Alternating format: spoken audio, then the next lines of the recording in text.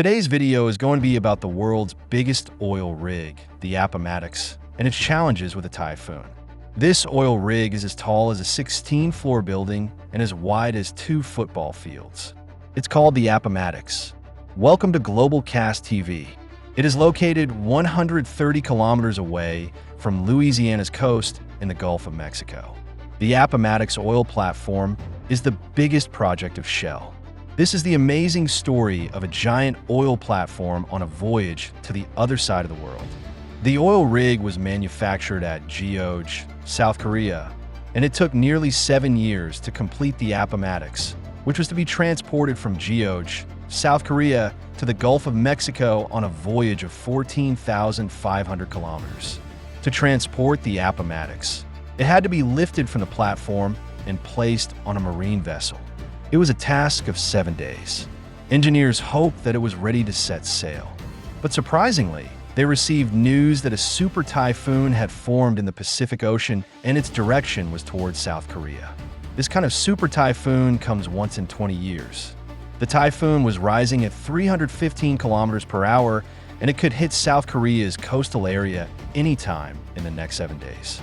Super typhoons are the most violent weather events, bringing torrential rains, violent winds, floods, and storms, causing high losses and widespread damage to houses, public infrastructure, and power and telecommunication services, leaving thousands of families homeless in any area where it occurs. At the Appomattox, engineers, workers, and transport experts faced a challenge. The work, which was originally meant to take 7 days, had to be completed in just 3 days to avoid the damage from the super typhoon. That is, in 3 days they had to shift the Appomattox platform from the marine yard, load it onto a ship vessel, and set it for sail. If they failed to complete this task within 3 days, all the hard work of so many years could be destroyed in minutes. To complete this task, 3 times the regular team was hired to work day and night. With the help of big hydraulic machines, the Appomattox was moved inch by inch and loaded onto a floating dry dock. Then, with the help of tugboats, the floating dry dock was pulled towards the marine vessel, which was one of the world's biggest vessels. To place the Appomattox on the vessel required a calm sea with no disturbance. But due to the storm, the water waves were rising, and they had to wait until the waves settled down. The next morning, when the water was calm, the Appomattox was pulled on top of the vessel, loaded, and set for sail.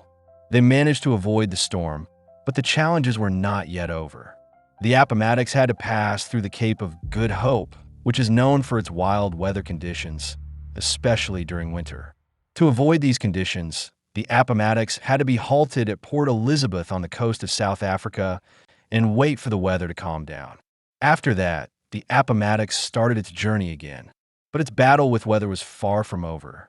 The Gulf of Mexico, where the Appomattox had to be installed, was hit by a hurricane called Hurricane Harvey, which caused massive damage in the coastal area where the workshop and installation team was located. It was a disaster for the people living there.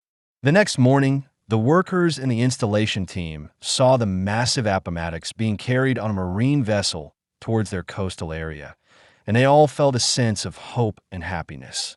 The installation team felt energized to begin their work.